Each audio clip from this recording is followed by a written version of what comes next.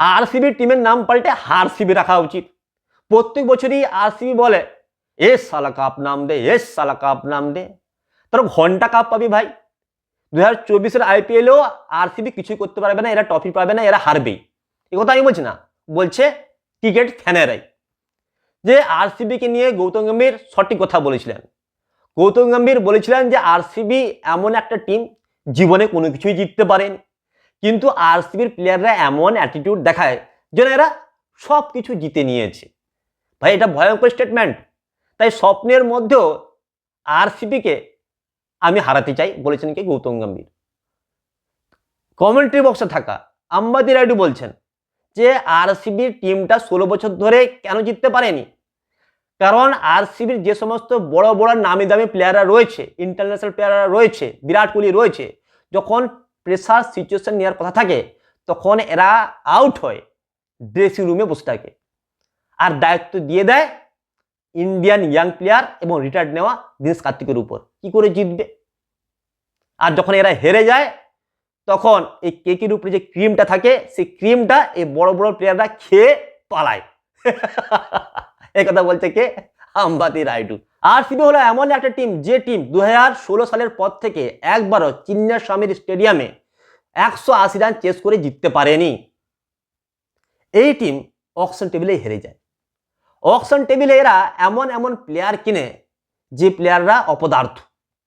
ভাই আলজারি জোসেফকে কে 11.5 কোটি টাকা দেয়? ইয়াস দালকে 5 কোটি টাকার বেশি দিয়ে দিয়েছে, যে ইয়াস দালকে রিঙ্কু সিং 5টা 6 মেরেছিল, যার মানে চিন্তায় ওয়েট লুজ হয়েছিল, মাথা খারাপ হয়ে গেছিল, সেই প্লেয়ারকে এরা 5 কোটি টাকা দিয়ে দিচ্ছে। টম কারানকে, যাকে কোনো জায়গায় যে বিদেশে বিভিন্ন লিগ হয় কেউ তাকে কিনে না, তাকে কিনেছে কে? এই আরসিবি। রিজেক্টেড প্লেয়ারকে কে কিনে? এই আরসিবি কিনে। তো এই হচ্ছে আরসিবির দল, এরা অকশন টেবিলে হেরে যায় এমন এমন প্লেয়ার কিনে। এবং ভারতীয় একজন ভালো ব্যাটসম্যান এই আরসিবি দলে নেই, বিরাট কোহলি ছাড়া। দেখুন দেবদত্ত পাডিক্কাল এই আরসিবি দলে ছিল, কেএল রাহুল আরসিবি দলে ছিল, শিবম দুবে আরসিবি দলে ছিল, ময়ঙ্ক আগরওয়াল আরসিবি দলে ছিল, এরা সবাই এখান থেকে পালিয়ে গেছে, এদেরকে ছেড়ে দিয়েছে।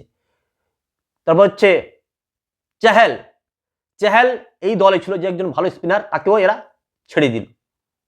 হাসানগাকে নিল, তাকে এরা ছেড়ে দিল। মানে ভালো ভালো প্লেয়ারদেরকে এরা ছেড়ে দেয়। ভাই তোমরা এখন চলে যাও, তোমাদের আমাদের টিমে দরকার নেই, কারণ আমরা তো হারবো, আমরা তো হারতে চাই, তোমরা থাকলে তো আমরা হয়তো জিতে যেতে পারি, তো আমরা হারতে চাই, তোমাদেরকে নিয়ে কি করবো? ভালো ভালো প্লেয়ারকে এরা ছেড়ে দেয়, তো অকশন টেবিলে এরা হেরে যায়। 16 বছর ধরে এরা এমনি এমনি হারছে না, এরা এমন এমন প্লেয়ারদের উপর ইনভেস্ট করে যে প্লেয়াররা খেলতেই পারে না। দেখুন এই আকাশদীপ, আকাশদীপ টেস্টে ডেবিউ করেছিল এবং দুর্দান্ত বল করেছিল, ইনসুইং আউটসুইং বল করেছিল এবং ভালোই বল করেছিল। সেই প্লেয়ারকে এরা বসিয়ে রেখেছে ডাগ আউটে, খেলাচ্ছে না। সিরাজ ভাই এখানে কি করছে? সিরাজ তো বল করতেই পারছে না। ইয়াসদাল কি করছে? এই সমস্ত প্লেয়ারকে এরা খেলাচ্ছে।